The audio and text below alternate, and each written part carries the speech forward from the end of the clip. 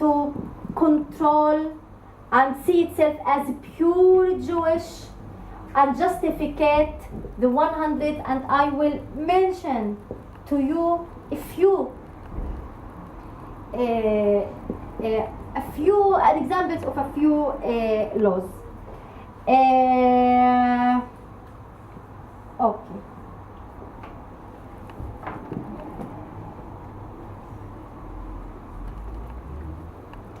And I will choose laws which was passed during the last 3 years. For example, the income tax law, which grants 35% tax exemption on donation to institutions that promote Zionist settlement. Nakba law.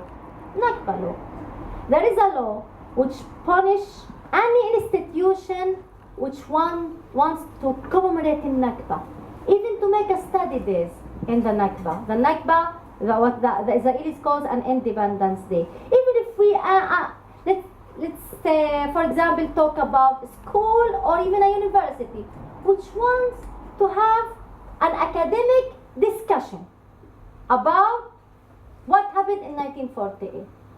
If they call it Nakba, or if they present the Palestinian discourse, it's not a discourse, it's not a narrative, it's a fact about what happened in 1948, the Minister of Economy or of Finance can freeze the budget of this institution. Can freeze the budget. So there is a total new category of laws which limit and restrict the freedom of expression and the freedom to challenge Zionism. It's like to criticize you here by saying anti-Semitics, but this will not work upon us to come to the Palestinian and say anti-Semitics. You cannot say it to the victim. You cannot use this claim in front of the victim. You kill him according to Amnesty, you kill a Palestinian every 3.6 days. You cannot come to us, killing us every day, and say that you are against us and against us. Yeah, you can use this in front of the Europeans. But in order to control us, you make such laws. And it is not just 4 minutes. It is just not just the laws, it is the whole, how we see that it is the name of the game to be racist. The name to be an Israeli is to justify all of this racism. I will give you some statistics about the Israeli public opinion. How they raise their children. First of all, as I said to you, Gaza is not on the part of the media discourse. The crime inside West Bank are not part of the Israeli discourse. We are ghosts unless we are security threat or demographic threat. And the word demography is so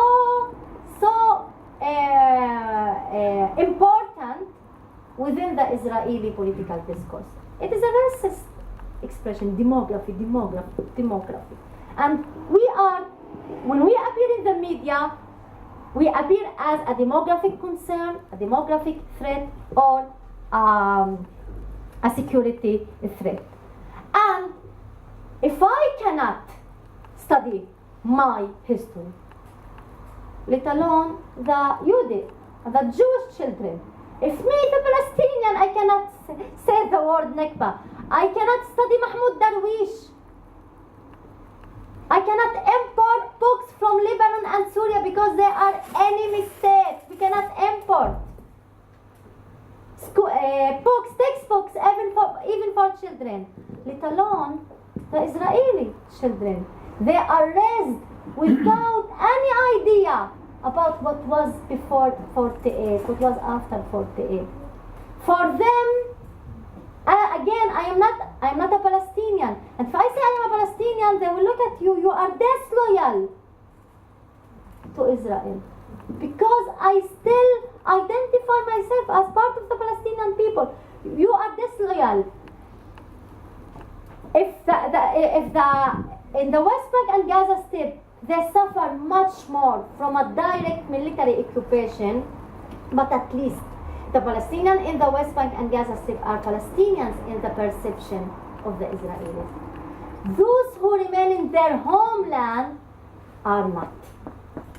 We must be, and there is expectation from us to be loyal to Zionism. This is what is also a humiliation. They oppress you, and they expect you to be loyal to an ideology which humiliate you, which deprive you from everything. And this is why they have created also a category to delegitimate our democratic struggle. What is our vision as an MP? What is my vision? Why I am in the Knesset? To say what? What is the Palestinian vision? We cannot just continue to speak about Israel and to describe the Israeli crimes. It's so important because Israel wants to silence criticism. It's so important. But we don't give much importance about the other side of the question. Okay, this is what Israel do. What the Palestinians do, what they want. And it's not a question of one state or two states. First of all, it's a question of giving respect again to the right definition of the problem before seeking the right solution. What is the problem? The problem is occupation. The problem is crimes against humanity. The problem is oppression. The problem is not negotiating and peace process and 2% here and 3% here. The problem is not ISIS. The problem is the word occupation. We don't hear this word in the international discourse. Not after Oslo. This is what Oslo did. That we delegitimate the word occupation. That we delegitimate the word crime. We delegitimate the international and ethical resistance and struggle against oppression and against occupation. We delegitimate, and now everyone is afraid to say crimes and to say apartheid. Why? But there are facts. So what is my vision? My vision is justice. My vision is equality. My vision is dignity. My vision is civic equality and national equality. And they are trying to disqualify from the Knesset because our vision is a state for all of its citizens. Okay? We don't throw stones. We are not part of an armed resistance struggle. We are in the Knesset. Why? And what's our vision? State for all of citizens. It is a huge historical compromise for the Palestinian who was expelled from his homeland and become refugees to say, I don't call for the Jews to go back to Europe and Russia and Latin America and Africa, and I don't. Okay. We here as Palestinians propose it's a huge historical compromise to live together. But we will not accept any racist privilege to you. It's my homeland. It's my homeland. It can be a binational, it can be two-state solution, but none of them can be a Jewish state. None of them can be Jewish state. So what's wrong is in that? What more democratic than that? Why should anyone be able to silence this struggle as a threat to Israel? If this struggle is a threat to Israel, then let's admit it. Democracy is a threat to Israel. What is really threatening Israel is freedom of expression of you, and it's our struggle for real democracy. Democracy is a threat to Israel.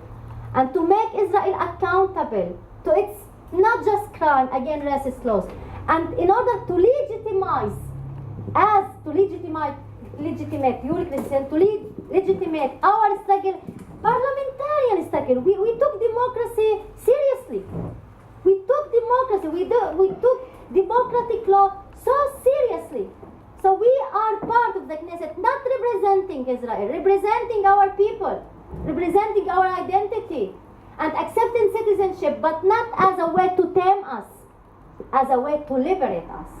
And by this struggle, we don't just liberate ourselves, we also liberate the Israelis. We want to liberate them from their fascism. We want to liberate them from their racism. They must thank us that we want to liberate them and oppose them. A very simple democratic notion of a state for all of citizens. But look what kind of society we are facing. Just give you 4 statistics. 72% of the Israelis believe that crucial decisions of issues of peace and security should be made by a Jewish only majority. 72%. We are not now talking about racist state. Yes, we are talking about fascist laws and apartheid laws and fascist group, or I don't know how to call it, of beliefs and values within the Israeli society. 72%. Most of the decision must be taken by a Jewish majority. I am not 4%, 3%. Again, we are 20%. We are the indigenous. We were majority. We become minority after an ethnic cleansing. 59% opposed to Arab parties in a coalition or to appointing Arabs as ministers. We also opposed to be part of the coalition because of another reasons. Because we cannot be part of a Zionist government. 33% believe that Arabs should not be allowed to vote. And 50% of that Israeli teenagers believe that Arabs should not be allowed to vote. 55% think that more resources should be allocated to Jewish than to Arab villages and citizen towns. 71% thinks that human rights organizations harm the state. It's a statistics of 2016. 71% thinks that human rights organizations harm the state. 6 years ago, statistics 2010 indicate that 50% thinks that human rights organizations harm the state. The percentage increased from 50% to 70% within the last 6 years, and the last one about detention. 33% believe that the state should imprison Arab cities during periods of war, like the U.S. treated its Japanese citizens. 33. So we face, this is what we face. And why Israel tries to silence you? Because its facts speak about themselves, and she's so afraid. It's a crisis. It's maybe part of the success of the BDS, and it's a success of fascist trends inside Israel. The more fascist you become, the more you need to silence criticism. The more fascist you become, the more afraid you become from facts and from people who have the courage and the sense of justice to speak about that. But the more you need to criticize it. And now really, a new law, 2017, I have been elected by 500,000 Palestinians. All of the Arab Knesset members within the joint list have been elected by 500,000 Palestinians, but 90 Knesset members can expel them from the parliament even after being elected. If they challenge Israel, have any statement, not action. The original law spoke about action, but now the new law spoke about action which challenge Israel as Jewish and democratic. It means challenge the ideology not a challenge by arms, not a security, not to do anything to threat the security of Israel. No, if you have in your ideology, so they punish the politics. They make now politics is impossible inside Israel. Not just living, doing anything, struggling in any meaningful way is impossible. Thank you.